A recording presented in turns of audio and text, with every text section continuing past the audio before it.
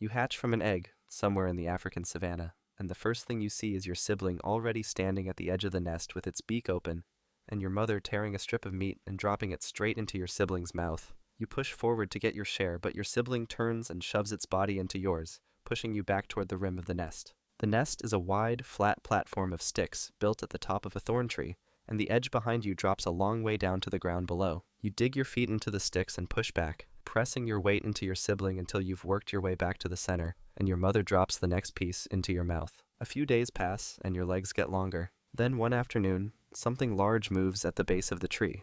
A monitor lizard wraps its legs around the trunk and starts climbing, pulling itself upward one grip at a time with its head angled up toward the nest. Your mother sees it and stands over the edge of the nest with her wings open wide, but the lizard keeps coming. Your father arrives from across the grass and lands on the trunk above the lizard, stamping his feet hard into the bark just above its head, so the lizard stops climbing and holds still. Your father stamps again, and the lizard lets go, dropping back down to the ground and moving off into the grass. Your father lands back in the nest, and your mother folds her wings. You watch the trunk below for a long time after that, waiting to see if it comes back. But the tree stays still, and eventually you look away.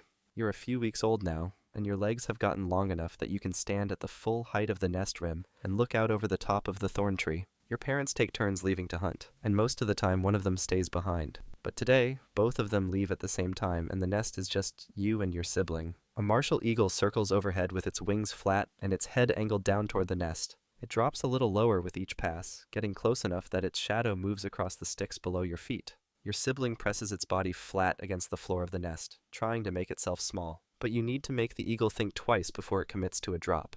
So you stand up straight at the rim, with your wings spread as wide as they go, and hold that position as the eagle comes around again. The eagle pulls up at the last moment, rising back above the tree line, and after 2 more slow circles, it moves off across the grass. A little while later, both your parents land back in the nest together, and your father drops a snake onto the sticks in front of you. It's still moving, curling slowly across the floor of the nest. This is the first time you've seen one up close, and your sibling grabs one end immediately, so you take the other and pull, working your beak through the body until you've torn your half free and swallowed it down in a few long gulps. That's your first snake. It won't be your last. But right now you're only eating what your parents bring back. Soon you'll need to learn how to find it yourself. And that's a much harder thing to get right. You're a few months old now, and for the first time your father walks away from the nest without going up into the air. So you follow him down through the branches and drop onto the ground below.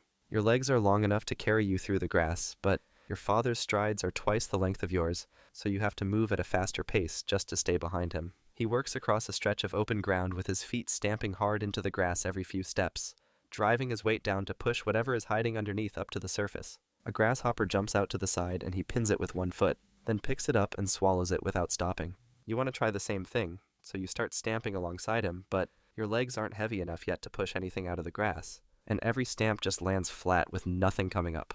Then a small lizard runs out from the grass directly in front of you, breaking into the open to get away from your father's feet.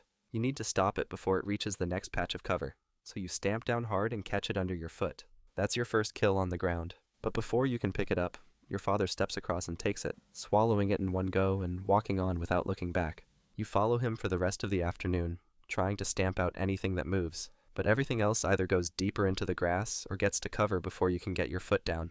Your legs will keep growing, and soon, your stamps will be heavy enough to bring things out on their own. But there's something bigger in the grass than grasshoppers and lizards, and eventually your father is going to show you what that looks like. You're several months old now, and your father has stopped coming down to the ground with you, so you're working a stretch of open savanna on your own for the first time. Your legs are heavier than they were, and when you stamp now, things actually come up. So you work your way across the ground with your feet hitting hard every few steps and a grasshopper or beetle coming up each time. Then you see something you haven't dealt with before. A puff adder is lying flat in the grass ahead of you, with its body coiled loosely and its head resting on top of the coil. You've seen your father kill snakes before, always fast, always from above, so you know what needs to happen. But you need the snake to move first, so you can read which way its head will go. So you start stamping around it in a wide circle, trying to get it to lift its head and turn. The snake stays completely still, not reacting to your feet at all, just holding its position with its body pulled tight. You stamp closer, trying to push it into moving, and it strikes. Its head shoots forward and hits your leg,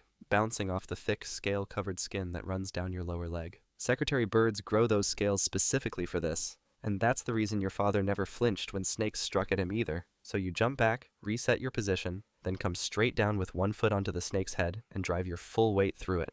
The snake goes still under your foot. You swallow it head first, and it takes a long time to go all the way down. That's your first snake, caught on your own and finished the right way. But a snake lying still in the open is the easy version. The ones that run are a different problem entirely. You're about 1 year old now, and one morning your parents are already gone before you're fully up, with the nest empty and no food left on the sticks. You go down to the ground and spend the day working your usual stretch of grass, stamping out beetles and a small snake that you pin and swallow without much trouble. But when you come back to land in the nest at the end of the day, your father is already standing at the rim with his body turned toward you. You step forward to move past him, and he walks straight at you, not stopping, pushing his weight into your chest and driving you back toward the edge. You step back trying to hold your ground, but he keeps coming, so you drop off the rim and open your wings over the ground below. You circle back up and come in toward the nest again, but he's still standing at the edge with his body forward, so you pull away and land in a tree nearby instead. You wait there for a long time, watching the nest. Your mother lands back in, and your father stays at the rim.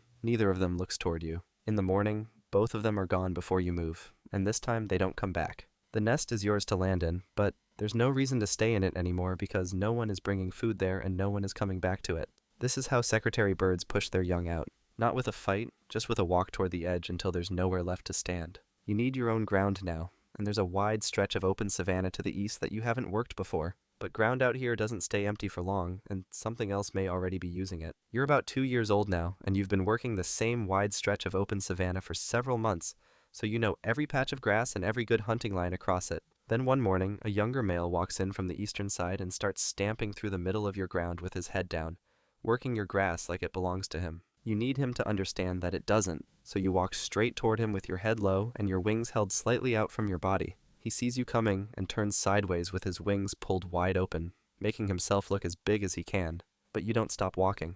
You keep your line direct and your pace steady, covering the ground between you without speeding up or slowing down. He holds his position for a few more steps, trying to wait you out. Then you stamp the ground hard twice, driving both feet down one after the other, and he takes one step back. That one step is enough. Once a secretary bird gives ground, it almost always keeps going, and that's exactly what happens here. He takes another step back, then turns and walks away toward the tree line with his wings folded back in, and you watch him until he's gone past the last trees and out of sight. Then you go back to hunting the same line you were working before he arrived, stamping through the grass with your feet hitting hard and a grasshopper coming up every few steps. This is your ground, and you've just made that clear without a single strike landing on either side. You've held your territory, but holding ground is one thing. Finding a mate to share it with is a different challenge, and that time is getting closer. You're about 3 years old now, and a female has been moving through the eastern edge of your territory for several days, working the grass in long parallel lines and never coming close enough for you to get a clear look at her. You need to get her attention without pushing her away, so you start walking in her direction at a steady pace, keeping enough distance between you that she doesn't change her line. She keeps feeding and doesn't move away, so you take that as a reason to stay close and match her direction across the grass.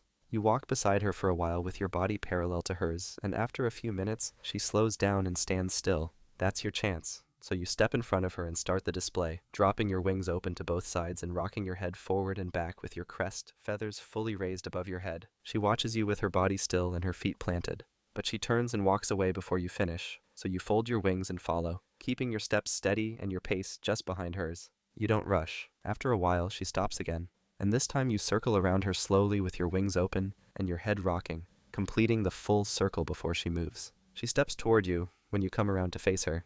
That's it. That's the moment. Secretary birds pair for life, and this is how it starts, not with a fight or a chase, but with patience and the right movement at the right time. Over the following days, the two of you begin building a nest together at the top of a flat acacia tree, carrying sticks up one at a time and layering them across the branches until the platform is wide enough for both of you to stand on. The eggs will come soon, and with them, everything you learned from your own parents will need to come back to you. You're about 4 years old now, and a wildfire has been moving across the savannah since the morning, pushing a line of animals out ahead of it through the open grass. You've learned that fires are one of the best places to hunt, so you walk along the edge of the flames with your eyes on the grass in front of you, taking everything that runs out. A cane rat bursts from the smoke and you stamp it down before it gets 2 steps into the open, then swallow it and move back to the fire line. A monitor lizard comes out next, running low and fast, and you pin it with one foot and finish it quickly before it can turn and bite. You keep working the edge, stepping in close enough to take what comes out, and then stepping back, with your feet moving fast and your head dropping on every strike. Then the wind turns. The fire swings around faster than you can read it, cutting across the line you've been walking and pushing the smoke toward you from a new direction. You need to get above it, so you open your wings and run into the wind, trying to build enough speed to lift off. But secretary birds need a long run to get into the air, and the grass is too thick here to build the pace you need, so your wings catch the air, but your body stays low. The smoke closes in around you before you can get your feet off the ground, and you go down into the grass with your wings still open. The fire reaches you a few seconds later and moves straight through. By the time it passes, there's nothing left standing on that stretch of ground. The fire keeps going, pushing east across the savannah, still flushing animals out ahead of it into the open.